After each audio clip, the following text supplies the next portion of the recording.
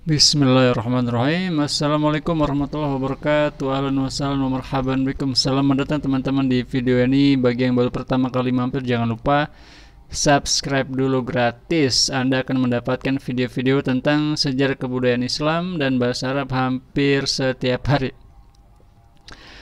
Oke teman-teman, di video ini saya akan menjelaskan tentang beberapa tokoh pembaharuan Islam yang sangat berpengaruh di masa-masa kebangkitan Islam di abad ke-19 dan 20. Siapa sajakah mereka? Yaitu Muhammad Abduh dan juga Rashid Ridho. Mereka inilah teman-teman sekalian yang memulai pembaharuan di bidang pemikiran Islam, terutama di bidang penafsiran ayat-ayat Al-Quran. Nah teman-teman yang mau nonton ya, jangan lupa tonton sampai habis. Oke teman-teman, langsung saja saya masuk ya. Nah, ini pertama adalah Muhammad Abduh. Ya, Muhammad Abduh ini beliau termasuk seorang ulama Al-Azhar, sekaligus juga beliau adalah tokoh jurnalis ya. Beliau pernah jadi pemret beberapa koran, bahkan beliau membuat koran waktu di Perancis ya, namanya Urwatul Wusko bersama Jamaluddin Al-Afghani. Oke, seperti apa biografinya? Ini kali ini saya akan jelaskan biografi singkat beliau seperti apa ya. Nah, Muhammad Abduh ini beliau lahir di Delta Nil, Mesir. Ya, jadi Delta Nil ini sebenarnya Mesir itu sendiri semua lokasi kota-kotanya di kiri kanan Sungai Nil ya. Ya, semua juga delta Sungai Nil sebenarnya. Cuman di sini nanti dia mungkin ada beberapa daerah yang lebih dekat dengan Sungai Nil ya. Beliau lahir tahun 1849, keluarganya terkenal berpengaruh dan berpegang teguh pada ilmu agama. Di usia 12 tahun beliau telah hafal Al-Quran. Kemudian pada usia 13 tahun beliau dibawa ke Tanta. Ya, Tanta ini bahasa Arabnya Tonto ya, untuk belajar di Masjid Al-Hamdi. Masjid ini sering disebut Masjid Syekh Ahmad, yang kedudukannya dianggap sebagai level kedua setelah Al-Azhar. Di masjid ini Muhammad Abduh menghafal dan belajar Al-Quran selama 2 tahun. Pada saat Muhammad Abduh berusia 16 tahun, tepatnya pada tahun 1865, beliau menikah dan bekerja sebagai petani. Wah, beliau nikah sangat muda ya teman-teman, usia 16. Namun hal itu hanya berlangsung selama 40 hari, karena kemudian ia pergi ke Tonto untuk belajar kembali. Pamannya seorang syekh, guru spiritual bernama Darwish Khoder, seorang ulama sufi dari tarekat Syazili, telah membangkitkan kembali semangat belajar dan antusiasme Abduh terhadap ilmu dan agama. Syekh ini mengajarkan kepadanya disiplin, etika, dan moral, serta praktek kezuhudan tarekatnya. Meski Muhammad Abduh tidak lama bersama Syekh Darwish, sepanjang hidupnya Muhammad Abduh tetap tertarik kepada kehidupan ruhaniyah tasawuf. Namun kemudian dia menjadi kritis terhadap banyak bentuk lahiriah dan ajaran tasawuf. Dan karena kemudian dia memasuki kehidupan Jamaluddin Al-Afghani yang karismatis. Ya, beliau terinspirasi oleh dua tokoh penting dalam hidup beliau. Pertama adalah Syekh Darwish yang merupakan paman beliau, seorang sufi. Yang kedua adalah Jamaluddin Al-Afghani. Nah, tahun 1866 Muhammad Abduh meninggalkan istri dan keluarganya menuju Kairo untuk belajar di Al-Azhar. 3 tahun setelah Muhammad Abduh di Al-Azhar, Jamaluddin datang ke Kairo, Mesir. Di bawah bimbingan Al-Afghani, Muhammad Abduh memperluas studinya sampai meliputi filsafat dan ilmu sosial serta politik. Ya, jadi kalau Anda ingin membayangkan lebih jelasnya, jadi Al-Azhar itu berseberangan dengan sebuah pasar bernama Khan Khalili. Dan dulu Muhammad Abduh itu belajarnya di Al-Azhar, di seberangnya. Nah, nyebrang jalan dia ada ketemu Khan Khalili. Nah, Khan Khalili ini adalah tempat tinggalnya Jamaluddin Al-Afghani. Jadi beliau bisa sambil belajar dan bisa mampir ke Jamaluddin Al-Afghani. Nah, disinilah beliau belajar tentang politik, tentang pembaharuan, tentang modernisasi, tentang kebangkitan, reformasi, dan lain sebagainya dari tokoh politik yang sangat fenomenal dan terkenal, yaitu Jamaluddin Al-Afghani.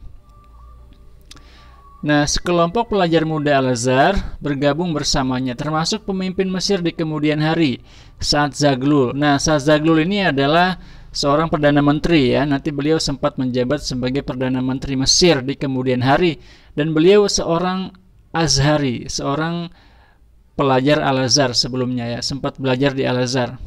Al-Afghani aktif memberikan dorongan kepada murid-muridnya untuk menghadapi intervensi Eropa di negeri mereka dan pentingnya melihat umat Islam sebagai umat yang satu. Muhammad Abduh meninggal pada tanggal 11 Juli 1905. Banyaknya orang yang memberikan hormat di Kairo dan Alexandria membuktikan betapa besar penghormatan orang kepada dirinya. Meskipun Muhammad Abduh mendapat serangan sengit karena pandangan dan tindakannya yang reformatif, terasa ada pengakuan. Ya, ini kayaknya ada yang kepotong ya. Ya, jadi Muhammad Abduh beliau itu melakukan beberapa reformasi. Nah, yang penting lagi beliau ini adalah seorang mufti Mesir ya. Jadi beliau pada tahun, seingat saya 1899 ya, beliau dilantik sebagai mufti. Ya, jadi mufti di Mesir itu adalah sebuah jabatan yang berlangsung beberapa periode, dilantik diganti sekitar 5 tahun sekali. Nah, beliau sempat menjadi mufti dan beliau sudah memegang ijazah alimiah ya. Jadi beliau itu sudah lulus di Al-Azhar, benar-benar sudah jadi syekh. Dan ketika beliau menjabat sebagai mufti ya, sebagai pembesar, salah satu pembesar di Al-Azhar, beliau melakukan nanti reformasi pendidikan. Nah, inilah nanti yang akan kita bahas di video selanjutnya. Oke, demikian ya. Dan beliau juga sempat, seperti saya jelaskan tadi ya, memiliki karir politik juga. Jadi Muhammad Abduh ini sempat diasingkan beberapa kali ya. Pertama itu di Beirut ya, di Lebanon. Kemudian beliau diasingkan lagi nanti kedua kalinya di Perancis ya. Yang di sana beliau ketemu lagi dengan Muhammad Abduh dan bikin koran namanya Al-Urwah Al-Wusqa atau tali pegangan yang kuat. Nah, selanjutnya kita berlanjut ke tokoh selanjutnya yang juga sebenarnya murid dari Muhammad Abduh, yaitu Rashid Ridho. Nah, beliau hidup tahun 1865 sampai 1935 Masehi. Muhammad Rashid Ridho lahir di Qalamun, Lebanon, dekat dengan Tripoli, Suriah.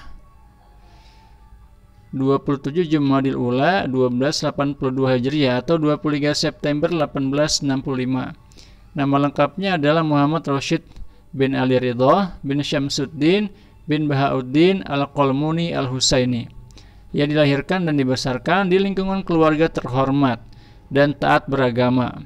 Rashid Ridho memulai pendidikannya dengan membaca Al-Quran, menulis, dan berhitung di kampungnya Qalamun, Suriah. Muhammad Rashid Ridho masuk ke Madrasah Ar-Rasyidiyah, yaitu sekolah milik pemerintah dari Tripoli, untuk belajar ilmu bumi, ilmu berhitung, ilmu bahasa seperti nahwu, shorof, dan ilmu-ilmu agama seperti akidah dan ibadah. Ketika berumur 18 tahun, Ridho kembali melanjutkan studinya dan sekolah yang dipilihnya adalah Madrasah Al-Watoniyah Al-Islamiyah yang didirikan oleh Syekh Husain Al-Jisr.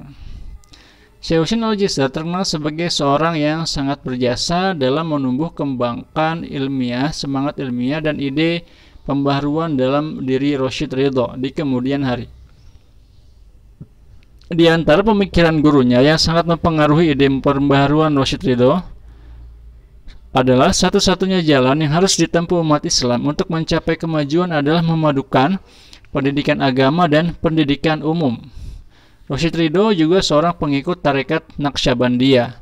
Berdasarkan pengalamannya di dunia tarekat, ia menyimpulkan bahwa ajaran-ajaran tarekat yang berlebihan dalam cara beribadah dan pengkultusan seorang guru membuat seseorang mempunyai sikap statis dan pasif.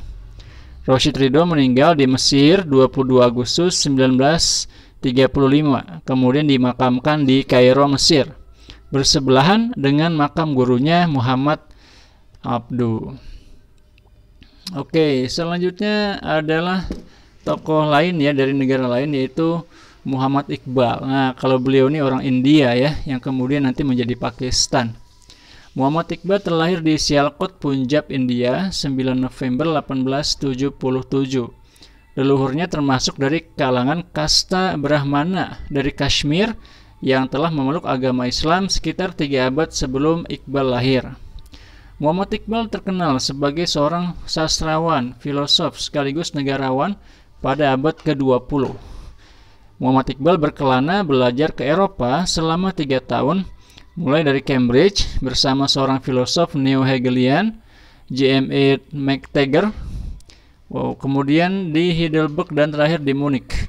Wow, dia keliling Eropa ya. Dia meninggalkan Eropa dengan gelar sarjana hukum dari Inggris dan gelar doktor dari Jerman dengan tesis tentang mistisisme Persia. Fakta yang lebih penting adalah dia menguasai pemikiran Eropa secara mendalam, sejak teologi Thomas Aquinas hingga filsafat Henry Louis Bergson dan Nietzsche. Ya, luar biasa ya. Beliau ini berarti adalah seorang ahli hukum dan juga ahli filsafat ya, luar biasa. Ya, tapi di sini tidak dibahas filsafatnya Francis Bacon ya. Padahal Francis Bacon penting juga itu ya. Dalam sastra Urdu, Muhammad Iqbal merupakan salah satu tokoh yang penting. Karya-karyanya banyak ditulis dalam bahasa Urdu dan Persia. Sarjana-sarjana sastra Pakistan, India, bahkan Indonesia banyak yang mengakui dan mengagumi karya-karya Muhammad Iqbal.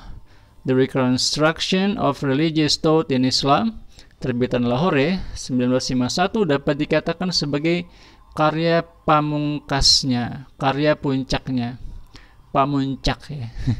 Di sanalah percik-percik gagasannya memancar dan terus menginspirasi hingga sekarang. Selama bertahun-tahun Muhammad Iqbal memberikan pengaruh yang sangat besar pada perselisihan budaya, sosial, religius, dan politik. Muhammad Iqbal meninggal di Lahore 21 April 1938 pada umur 60 tahun. Ya, Muhammad Iqbal adalah salah satu tokoh yang pertama kali mewujudkan sebuah negara Islam demokratis, ya, negara demokrasi Islam, yaitu Pakistan ya. Jadi memang kalau saya baca-baca, Pakistan itu merupakan salah satu eksperimen pertama untuk memadukan antara Islam dan demokrasi. Maka kemunculan Pakistan ini menjadi inspirasi bagi banyak negara, sekaligus ditunggu-tunggu seperti apa sih wujudnya negara demokrasi Islam, yang ternyata wujudnya adalah seperti Pakistan ya.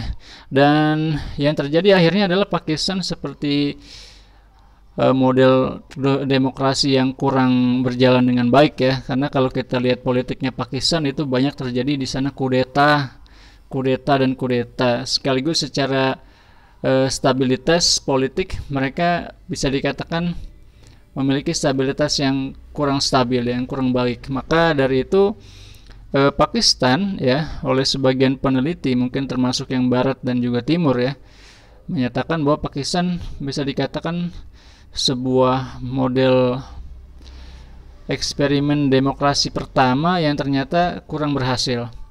Nah, maka kita juga, tapi di sini merupakan sebuah keberanian ya bagi orang-orang Pakistan untuk membuat negara demokrasi yang memiliki dasar Islam, yang nanti diikuti oleh banyak negara lainnya. Nah, Indonesia sendiri memang termasuk yang memilih untuk tidak menyebutkan agama secara langsung.